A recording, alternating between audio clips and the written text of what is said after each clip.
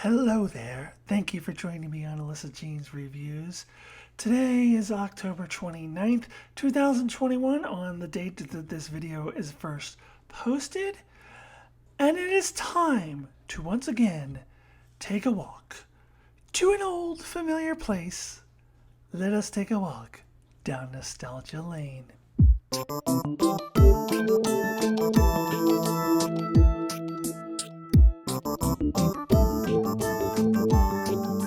All right, welcome to Nostalgia Lane. So this is a monthly series of videos in which I revisit a film from my youth. Generally, it will be one that I haven't seen in a very long time.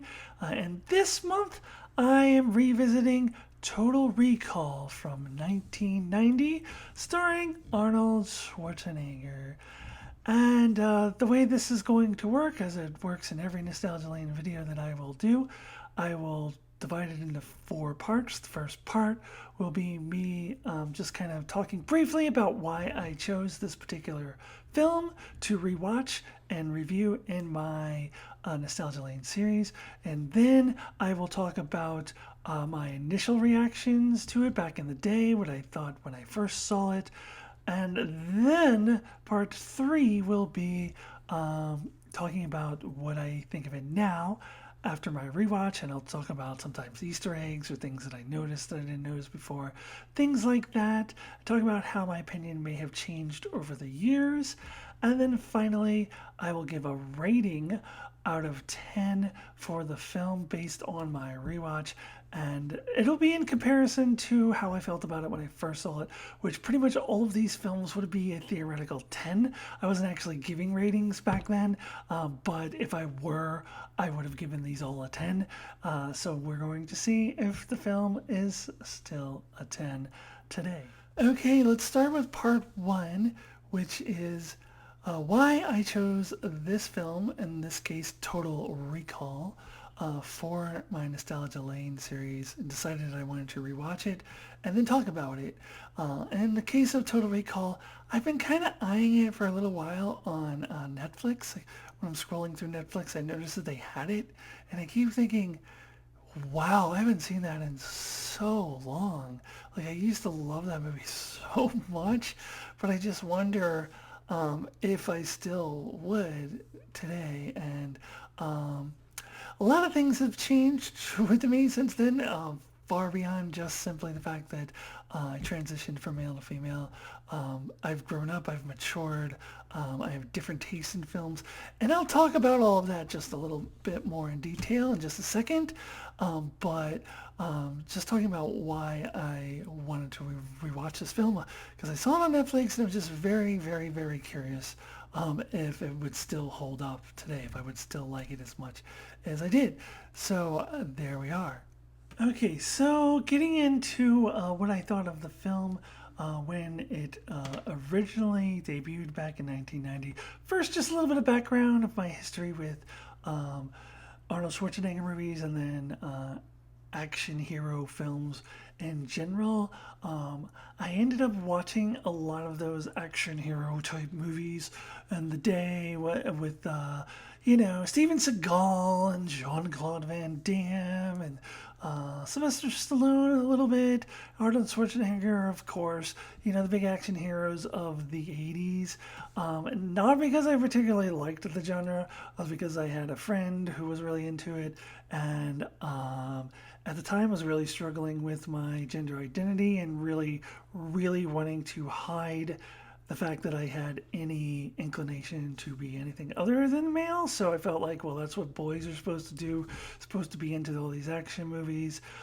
So I would watch them. Was never my thing, but I would pretend that I liked them. However, with Arnold Schwarzenegger movies, it was a whole different ballgame, because Arnold Schwarzenegger tended to star in really good sci-fi films, and I was a sci-fi fanatic at the time. I still am, obviously, but I was really, really into sci-fi films. And Arnold Schwarzenegger was in Terminator, he was in Predator, Running Man, Total Recall, Terminator 2, all very good sci-fi stories, or at least I thought at the time. We'll talk about Total Recall, what I think about it now. Um, but I was kind of decided to, kind of overlook the excessive violence and just like the need to like kill a million people at once, which was not why I watch films, because of the good sci-fi stories, and also overlook the fact that Arnold Schwarzenegger, not the best actor in the world. Although, in comparison to Jean-Claude Van Damme and Steven Seagal, Arnold Schwarzenegger is a goddamn Academy Award winner. As far as his action heroes go, he actually wasn't too bad.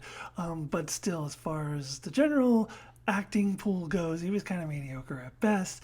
And, he always had to have his cheesy one-liners, which I just found amusing at the time. But the reason why I was into his films was the sci-fi. So fast forward to 1990, I see the previews for this amazing looking sci-fi film that's going to be taking place on Mars, and guy's memory is going to be erased. It looks like it's going to be kind of a sci-fi thriller with lots of twists and mystery, and so I was super into it. And then on the day that it was released, which happened to be my 16th birthday, I wanted to go out and see this film on my 16th birthday, my sweet 16. I went and saw Total Recall, and I had a great day. I loved that fucking movie. I had a great time. And I immediately was blown away by this film. It was everything I was hoping it to be and more.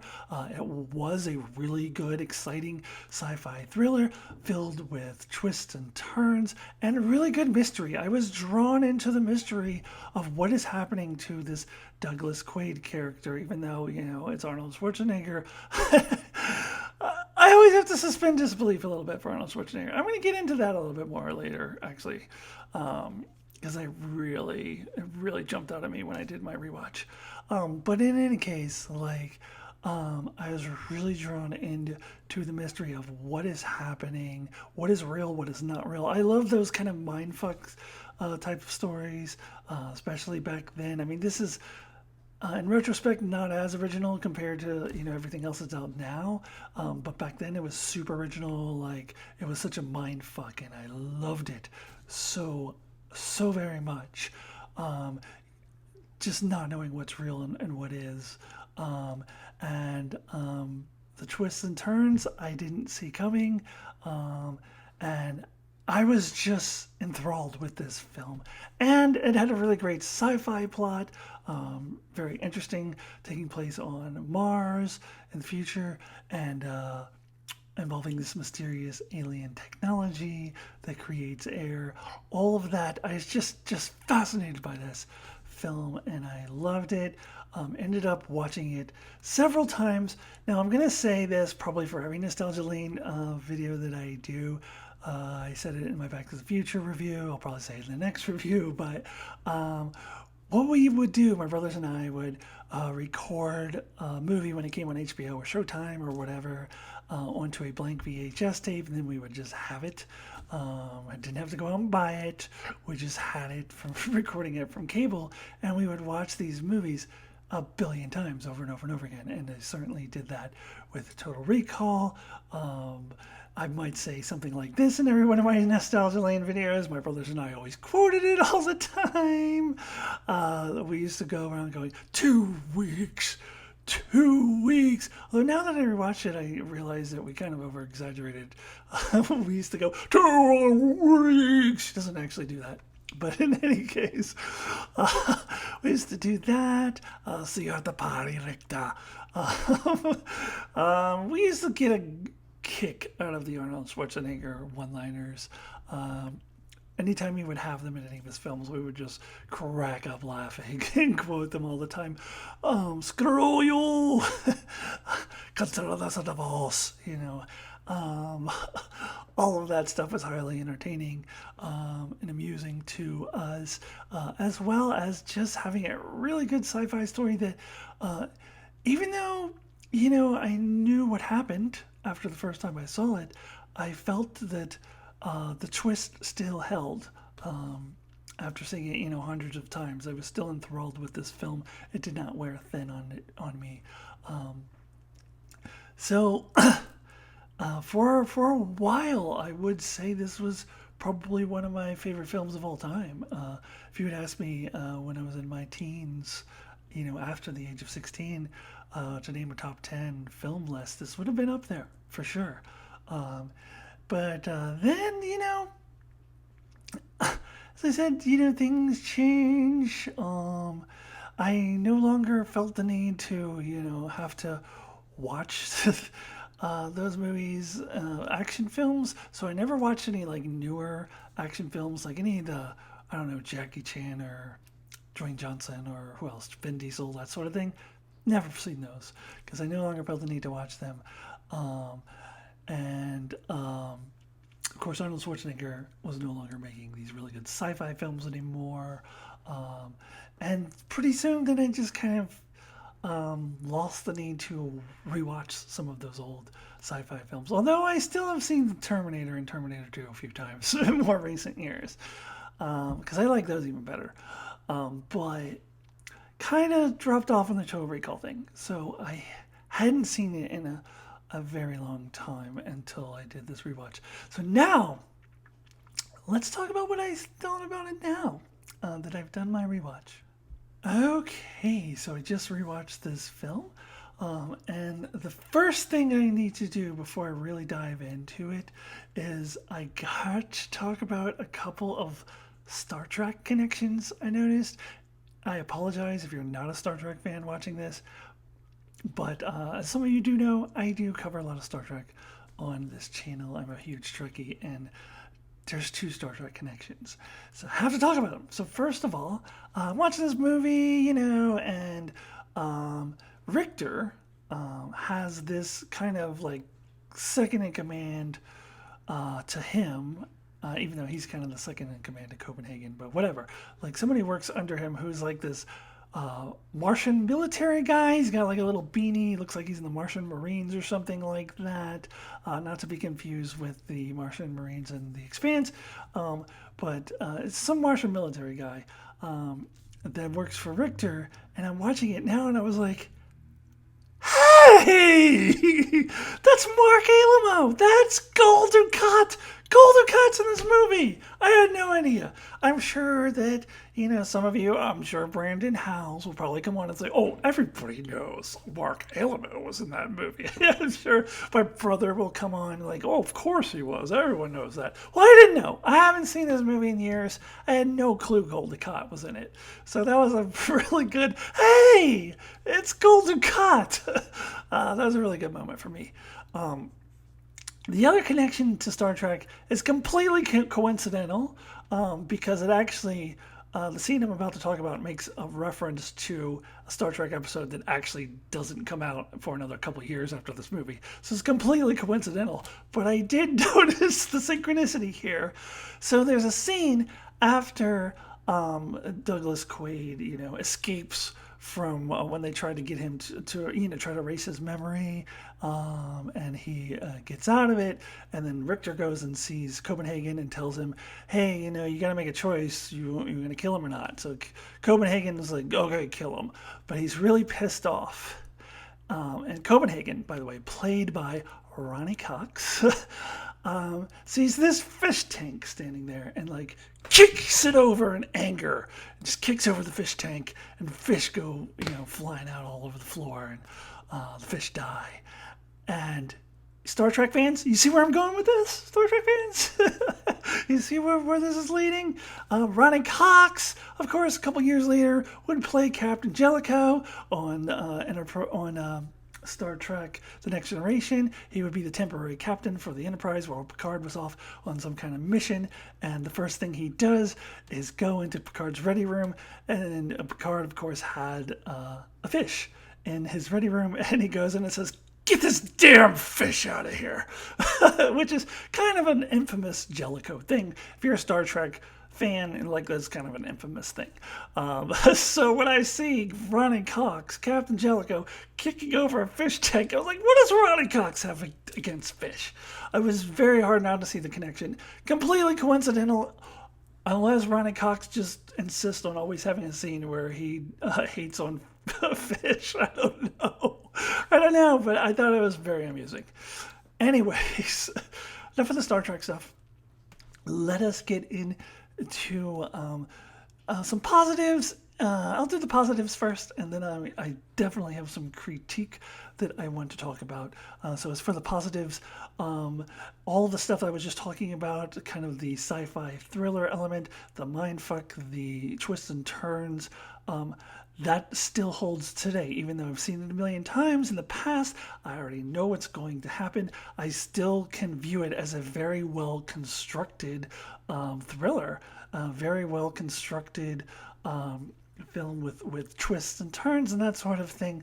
I take, for example, the scene where the head of the Total Recall Systems, whatever center, who is in that commercial, he comes in to see Douglas Quaid and tells him he's still back at Recall, and this is all just part of his fantasy. He's having a psychosis.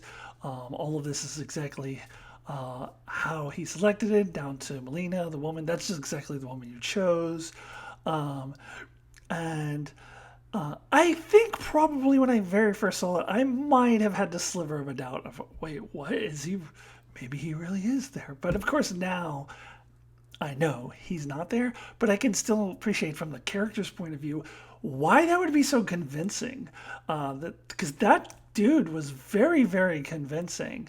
And if I were in Douglas Quaid's shoes, I might be convinced. So I think that's excellent. I think that's really well done. Even though I know what the outcome is, I still can appreciate the writing there. It's actually very good writing. This is actually a very tight film as far as the story goes. It's really good storytelling in this film. And it still holds up as an exciting sci-fi thriller.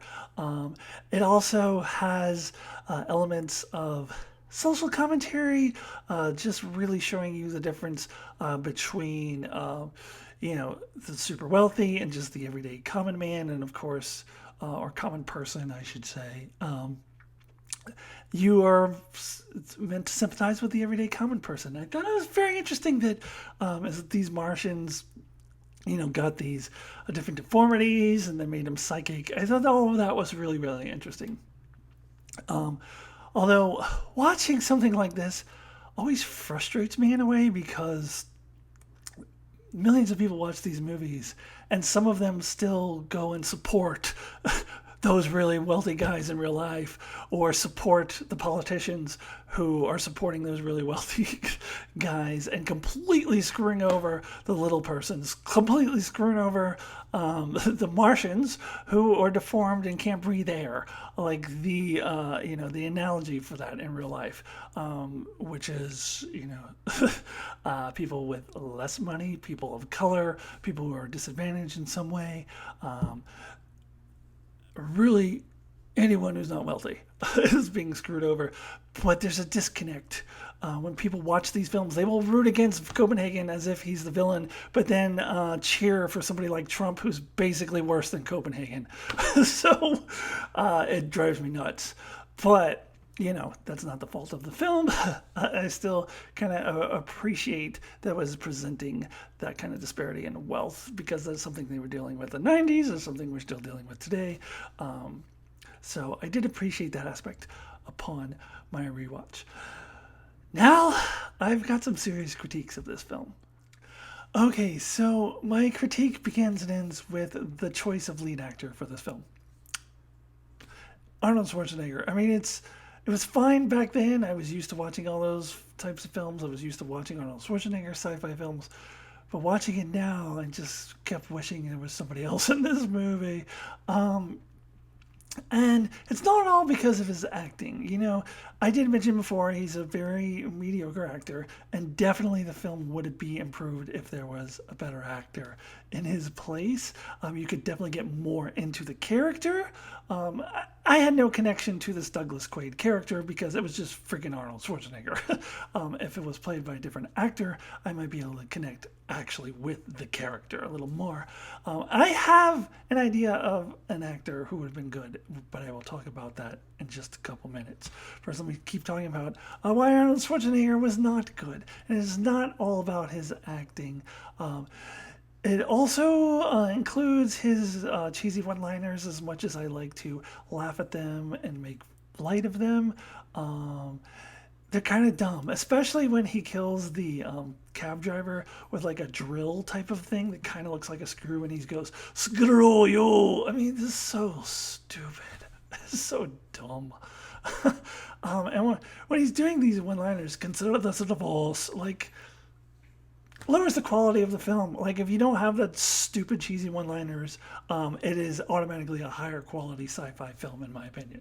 It definitely brings down the quality of the film. Arnold Schwarzenegger's presence brings down the quality of the film, and it's not just about his acting and his one-liners, but Arnold Schwarzenegger, when he's in a movie, he changes the course of the film to, it has to be a very specific type of movie if he's going to be in it, because people expect a very certain type of movie, and that is a movie with excessive violence, gratuitous violence. People expect to see that. They want it, and so they get it. Whenever Arnold Schwarzenegger was casted in movies in the 80s and 90s, the makers of the film made sure to have all the gratuitous violence in the world.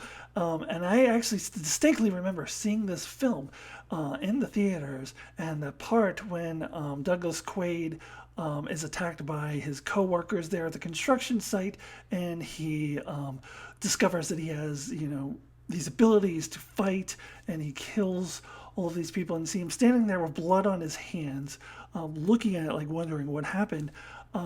Everyone in the theater cheered. They cheered loudly, because that is what they come for Arnold Schwarzenegger. That is what he sells. However, I would argue that the excessive violence, again, brings down the quality of the film. Now, what do I mean by excessive violence? I'm not saying there should be no violence in an action film. Of course not. There should be violence in an action film. That's part of watching an action film. What I'm talking about by gratuitous or excessive violence, I'm talking about violence that goes above and beyond what is necessary to tell a good story. And it does not service the plot in any way, but it is just violence for the sake of extreme violence for the sake of extreme violence. I'll give you a couple of examples. So when Douglas Quaid escapes from the memory erasing place toward the end of the movie there, when, by the way, Copenhagen and Richter kind of do like the Dr. Evil thing. They sort of walk out. Hope everything works out. But in any case, like when he escapes from that, he yanks his arm off the machine, and in the machine there's this like spiky thing, and he's like stabs this guy in the throat with the spiky thing. Blood goes gushing out everywhere. He then goes and does that to all of the other people who work there. Some of them just work there, they're not evil. And he's like stabbing them with this spiky thing, and blood goes gushing out. He could have punched those guys out, honestly. Would the story have lost anything if Arnold Schwarzenegger just punched those guys out? And no, in fact, I would argue it would have gained something, because when you feel the need to use excessive violence as a crutch, if you feel the need to sell your film with excessive violence, typically that means you're lacking in story. In this case, the story is good, which makes it seem even more unnecessary. Your story's great. You don't friggin' need to have blood gushing out everywhere unnecessarily. Have him punch the guys out. Now, I'm not saying Arnold Schwarzenegger, or whoever the lead actor is going to be, is not going to still shoot people. It's an action movie, yes, shoot people, but get a machine gun and go and gun down absolutely everybody all at once. Excessive. Another example, on the elevator at the end, Richter could have just simply fallen to his death. A man falling to his death from high up on an elevator, that's violent enough. That's plenty violent to service the plot. That's all you need. But no, Arnold Schwarzenegger has to rip his arms out of his sockets and is still holding his arms in his hands with blood gushing out of them. No reason for that. Does not service the plot in any way. Richter should have just fallen off the elevator. When I see something like that now, it just makes me think that this is a lower quality film. It diminishes the quality of the film because that does not service the plot. at all. In any ways, it's completely unnecessary. If Arnold Schwarzenegger punches those guys out, if he doesn't gun down absolutely everybody with a machine gun, if Richter simply falls, it is still a great action movie. You don't need all of that. And that is part of an Arnold Schwarzenegger film, unfortunately. Now, here's who I think could have been it. Hear me out. I think this would have been a way better film if this guy was in it. Harrison Ford. Here's why. Harrison Ford also was a big action hero in the 80s and 90s. He was in all of the Indiana Jones films. He was in the Tom Clancy films, the Patriot Games. I think he was in another one too. He was in The Fugitive. Does anybody remember The Fugitive with Tommy Lee Jones? Very exciting chase scene film. A lot of chase scenes and things like that. So he was an action star and a way better actor than Arnold Schwarzenegger. If he was playing Douglas Quaid, I would be able to have some kind of connection with this character. More so than when I just see Arnold Schwarzenegger on the screen. Harrison Ford, he wouldn't have been able to rip the arm off of that machine because he's not as strong as Arnold Schwarzenegger. But he would have probably had to finagle his way out of it or something. They would have found a way to get him out of it. And then he would have punched those dudes out. Does the movie lose anything from lack of blood gushing out of somebody's throat? No. I think it would have been better that way. Harrison Ford is incapable of ripping Richter's arms out of his sockets. Richter just falls to his death. Harrison Ford, the hero of the movie, moves on. I think it would be a better film. So what do you all think? Put in the comments below if you think, if you had another actor in mind who could have been in that role from the era. Let's not get into modern day actors. I mean, someone who would have been making movies at the time. That was the first one that came to my mind. I think he would have been a better movie. Also, Harrison Ford was in Blade Runner, another Philip K. Dick adaptation. I think he would have been great for this role. So watching it now, I'm like, unfortunately, I got to deduct points for the Arnold Schwarzenegger factor. It's just his presence in the movie brings it down. Not just his acting, but as I said, the wide effect that he has on the whole story and the whole way that the film is presented. It's a lower quality. Cheesy one-liners and excessive violence is a lower quality film. Sorry. Okay, now we move on to the last section of this video where I give my rating. One more quick thing on Harrison Ford, though, I forgot to mention. For those of you who think maybe the box office was a big motivating factor, I think they would have done just as well, if not better, in the box office with Harrison Ford. It would draw maybe a different kind of audience, but he's a pretty big star. I think he would have done just as well, probably better in the box office. Anyways, I forgot to mention that, so I got to say that real quick. Now let's get into my rating out of 10. So as I said, all of these films presumably would have been a 10 back in the day. This one definitely would have been. It is not a 10 now. So where am I at now with it? So my rating for Total Recall now out of 10, 7.5. I was torn between a 7 and an 8, 7 and an 8, and typically when that happens, I split the difference and go with a 0.5. So I am deducting points for the Arnold Schwarzenegger factor. I will say, though, I am not deducting any points for the fact that the movie was made in 1990. So watching it now, some of the special effects look awful. Like the scene where he's on the train going through the Mars mountains. Honestly, it doesn't seem like the technology got any better since the 1960s. Like, it looks awful. And then the costumes and the hairstyles are very, very 1990s. But the film can't help that it was made in the 90s, so I do not deduct any points for that. The 2.5 I'm taking off of this score to bring it down to 7.5 is all about the Arnold Schwarzenegger factor, all the stuff that I just talked about. But it is still as high as a 7.5 because it's still a really good story. It's got a really good sci-fi story, really good thriller. I can still appreciate the storytelling even though I know what's going to happen. And overall, I still enjoyed my experience of this film. Rewatching it now as an adult, I still overall enjoyed my experience, but not as much as I did when I was 16. All right, so that is it for this edition of Nostalgia Lane. Join me in November for another edition of Nostalgia Lane. And in November, I'm gonna go do a little bit of a deep cut, maybe one that is not as well watched, but one that my brothers and I watched a billion times. And I'm going to go with Clue. Similarly to Total Recall, where I just kind of noticed that Netflix had it, I noticed that Paramount Plus has Clue, and I was like, wow. I saw that movie so many times, and it's been so long. I'm really curious to watch it now. So that will be the movie next month, Clue, starring Tim Curry and Michael McKean. All right, thank you so much. Please check out all of my other videos. Last month I did a Nostalgia Lane on Back to the Future, so check that out if you have not already. And subscribe to see all my Star Trek content, transgender-related issues, Star Wars, MCU, everything else. And I will see you soon. Goodbye.